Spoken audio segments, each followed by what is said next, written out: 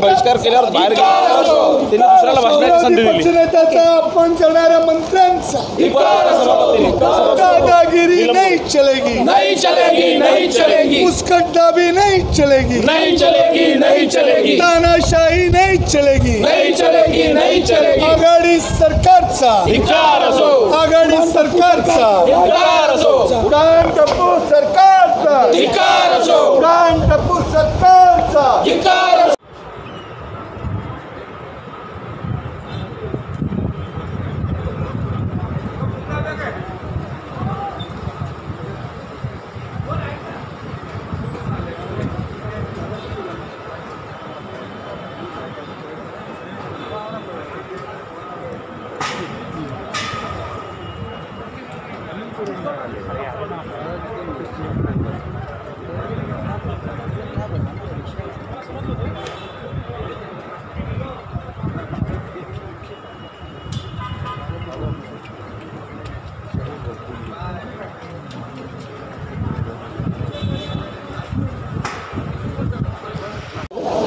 Out केलं.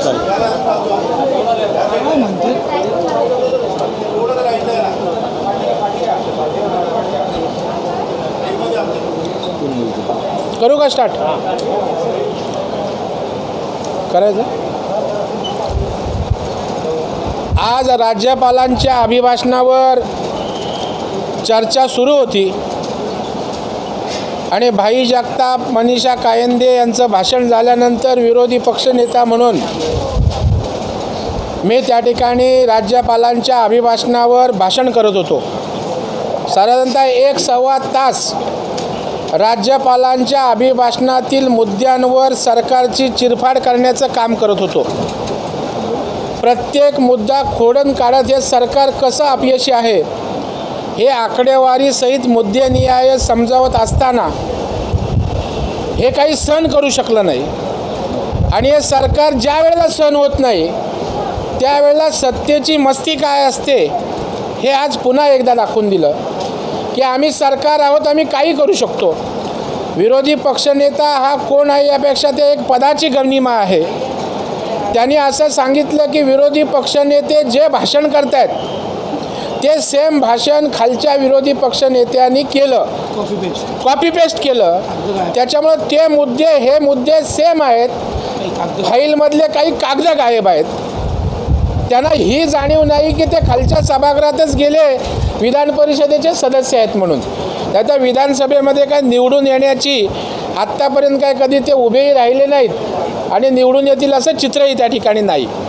प्रश्न या ठिकाणी असा आहे की त्यांनी सांगितलं की कॉपी पेस्ट भाषण आहे आणि प्रश्न सारखेच असतात. कोण खाली काय बोलतोय, वर काय बोलतोय याचा संसदीय पद्धतीप्रमाणे त्याचे काही देणं घेणं नसतं. खालचं सभागृहाचं वेगळं असतं, वरच्या सभागृहाचं वेगळं असतं.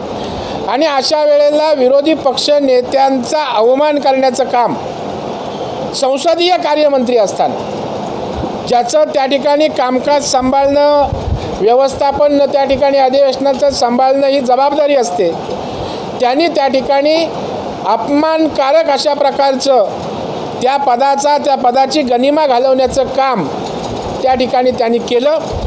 आणि दुर्दैवाची जी आम्हाला चिंता करणारी गोष्ट आहे की उपसभापतींकडं आमच्या भारतीय जनता पार्टी आणि मित्रपक्षाच्या सगळ्या सदस्यांनी दिलगिरी व्यक्त करण्याची विनंती केली तर त्याचं समर्थन करण्याची, पक्षश्रेष्ठींना खुश करण्यासाठी भूमिका त्यांनी निभावली ही दुर्दैवी या ठिकाणी त्या पदावरून खुर्चीवरून आहे हे आणखी त्यातलं विदारक सत्य या ठिकाणी केली.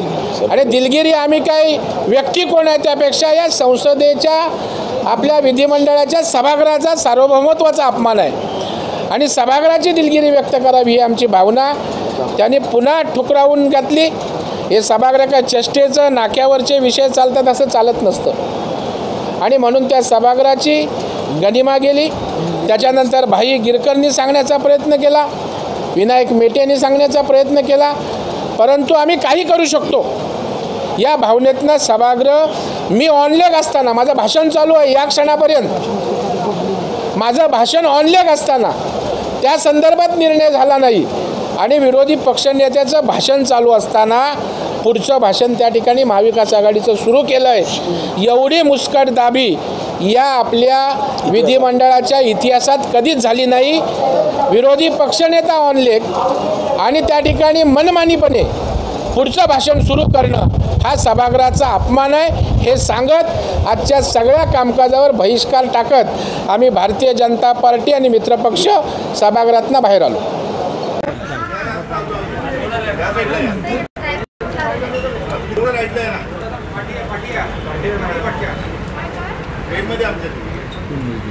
करू का स्टार्ट करायचं. आज राज्यपालांच्या अभिभाषणावर चर्चा सुरू होती आणि भाई जगताप मनीषा कायंदे यांचं भाषण झाल्यानंतर विरोधी पक्षनेते म्हणून मी त्या ठिकाणी राज्यपालांच्या अभिभाषणावर चिरफाड करण्याचं काम करत होतो.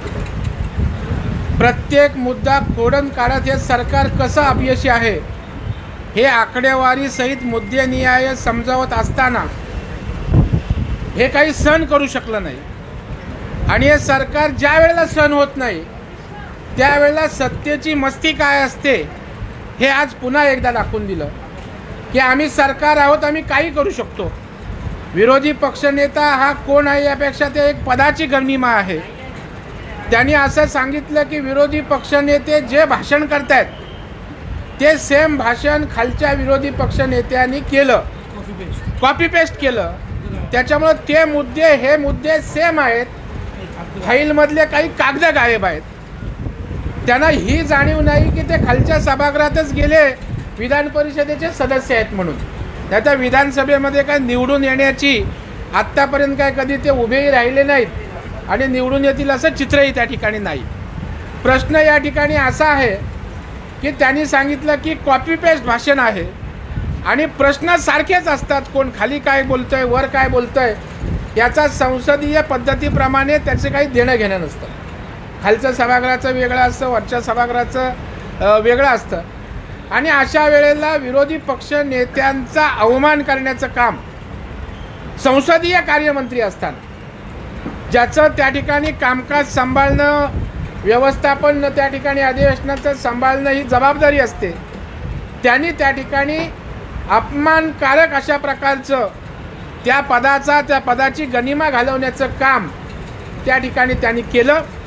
आणि दुर्दैवाची जी आम्हाला चिंता करणारी गोष्ट आहे की उपसभापतींकडं आमच्या भारतीय जनता पार्टी आणि मित्रपक्षाच्या सगळ्या सदस्यांनी दिलगिरी व्यक्त करण्याची विनंती केली तर त्याचं समर्थन करण्याची पक्षश्रेष्ठींना खुश करण्यासाठी भूमिका त्यांनी निभावली ही दुर्दैवी या ठिकाणी त्या पदावरून खुर्चीवरून आहे हे आणखी त्यातलं विदारक सत्य या ठिकाणी केली.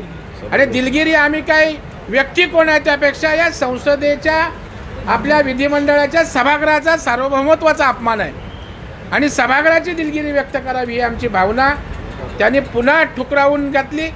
हे सभागृह काय चेष्टेचं नाक्यावरचे विषय चालतात असं चालत नसतं आणि म्हणून त्या सभागृहाची गनिमा गेली.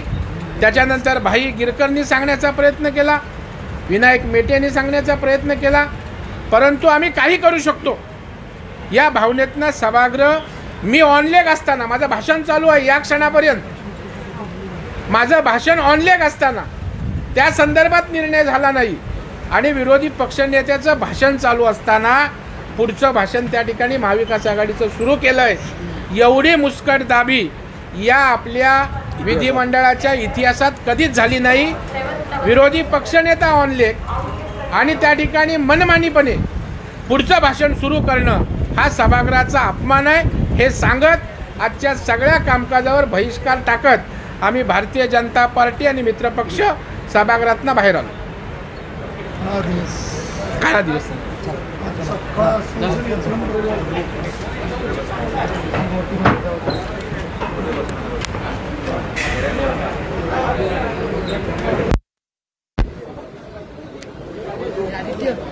समाज पक्षाने खातं उघडलं. पादरा म्हणून नगरपालिकेत 17 पैकी 7 सीट विजयी झाल्या राष्ट्रीय समाज पक्षाच्या आणि तिथं विरोधी पक्ष नेता म्हणून राष्ट्रीय समाज पक्षाला मिळालं. काँग्रेस आयला खातं खोलता आलं नाही तिथं. बी जे पीच्या 23 पैकी आणि 7 राष्ट्रीय समाज पक्षाच्या विजयी झालेल्या आहेत. तर गुजरातल्या जनतेचं मी राष्ट्रीय समाज पक्षाचा संस्थापक अध्यक्ष म्हणून मी त्यांचं अभिनंदन करतो. आमचे तिथं वाघमोडे संजयजी, ॲडव्होकेट संजयजी वाघमोडे, नलिनजी मेहता हे आमचे पक्षप्रमुख आहेत आणि पंड्या या तिघांच्या माध्यमातून तिथं जे यश मिळालेलं आहे त्या वतीनं मी राष्ट्रीय समाज पक्षाच्या वतीनं त्यांचं अभिनंदन करतो.